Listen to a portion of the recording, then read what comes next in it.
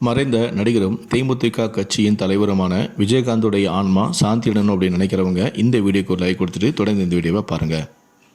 விஜயகாந்த் இறந்த பிறகு அவர் அடக்கம் செஞ்ச இடத்துல பலவிதமான அதிசயங்கள் நடந்துட்டு வரதை நம்ம செய்திகளை பார்த்துட்டு வரோம். விஜயகாந்த் இறந்த பிறகு அவருடைய அருமை பெருமை மக்களுக்கு மட்டும் இல்லை, ஒரு சில உயிரினங்களுக்கும் தெரிஞ்சிருக்கோ இல்லையோ தெரியல. பொதுவாகவே விஜயகாந்துக்கு செல்ல பிராணிகளை வளர்க்குறது ரொம்ப பிடிக்குமா.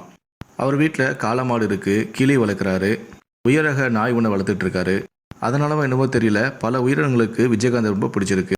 உதாரணத்துக்கு ஒரு ரீசெண்டாக ஒரு ஊரில் அவருடைய ஃபோட்டோக்கு மாலை போட்டு இறுதி அஞ்சலி செலுத்தியிருக்காங்க.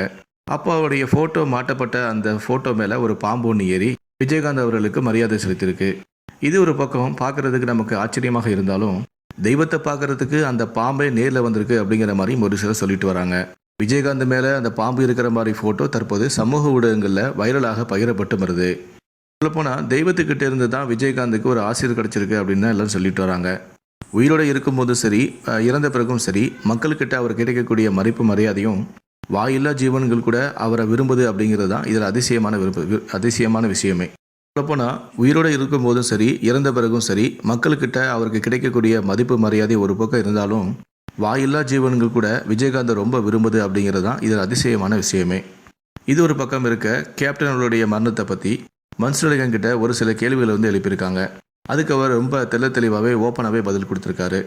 2-3 வருஷமாக உடல்நல குறைவால் பாதிக்கப்பட்டு பல சிகிச்சைகளை எடுத்துட்டு தன்னையே வருத்தி கொண்டிருந்த விஜயகாந்த் இப்போ இறந்து போனதை ஒரு சில பேர் இது நல்ல விஷயமா தான் பார்ப்பாரு. அவர் இன்னும் உயிரோடு இருக்க தினமும் பல வேதனைகளை அனுபவிக்கணும்.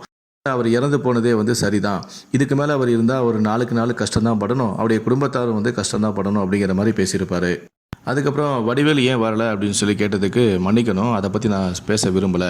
ஏன்னா கேப்டன் அவர்கள் இனம் மொழி ஜாதிக்கு அப்பாற்பட்டு வாழ்ந்த ஒரு மனுஷன். கஷ்டம்னு யார் வந்தாலும் அவங்களுக்கு உதவக்கூடியது.